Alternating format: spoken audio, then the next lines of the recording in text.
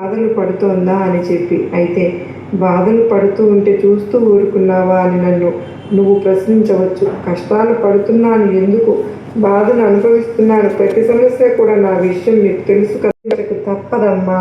ఆ మాట నువ్వు ఎంతవరకు వాస్తవమో ఇది నీకు నువ్వు చేసిన దానికంటే కూడా నీ ముందు తరంలో నీ యొక్క వారసులు చేసిన తప్పు కూడా నిన్ను ఒక పాపం రూపంలో వెంటాడి వేధిస్తూ ఉంటుంది. ఎప్పుడైనా సరే కానీ తాతకు పెట్టింది తలుపులోనే ఉంటుంది అంటారు. అలాగే మన పెద్దల నుంచి ఆస్తులు, అలాగే కొన్ని అనారోగ్య సమస్యలు, అలాగే కొన్ని పాపాలు కూడా మనం పంచుకోవలసి వస్తుంది. అది నువ్వు ఇష్టపడి తెచ్చుకోకపోయినా అవి వాటంతటికి అవే వస్తాయి. వాటిని మీరు అనుభవించక తప్పదు.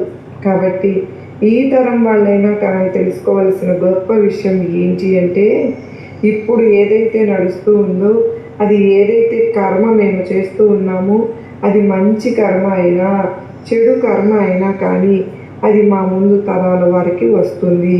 కనుక మేము మంచిగానే ఉండాలి, మంచిగానే మాట్లాడాలి, ఎదుటి వారికి ఏ అన్యాయము చేయకూడదు. మా యొక్క మంచి చెడుల మీదనే మా ముందు తరాలు అనేవి ఆధారపడి ఉంటాయి అని చెప్పి దానికి తగినట్లుగా వారి యొక్క జీవన శైలిని మార్చుకోవడం తప్ప, ఇప్పుడు ఏదైతే అనుభవిస్తున్నది ఉందో అది నువ్వు అనుభవిస్తుంది ఘోరంత మాత్రమే. కొండంత అనుభవించాల్సిన కష్టాలు నీ జీవితంలోని ఘోరంత అనుభవించేలాగా నేను చేస్తూ ఉన్నాను. అంటే దానికి కారణం నువ్వే, నా భక్తుడివి లేదా నా భక్తురాలివి అయినందువలన మాత్రమే బిడ్డ.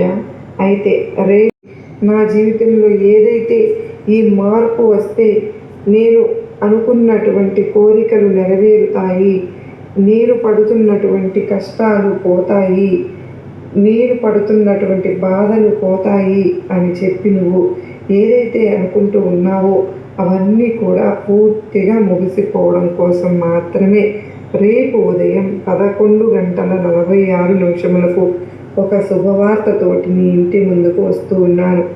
అది ఏ శుభవార్తో కూడా ఇప్పుడే నేను నీకు చెప్తాను. ఎందుకు అని అంటే కనుక, నేను ఏ రూపంలో అయినా సరే కానీ, ఒక ఫోన్ రూపంలోనైనా కానీ, లేదా ఒక వ్యక్తి రూపంలో అయినా కానీ, లేదా నీ ఇంట్లో ఉండే వ్యక్తుల రూపంలోనైనా కానీ ఆ శుభవార్త అనేది నీ చెవిన పడేలాగా చేస్తాను.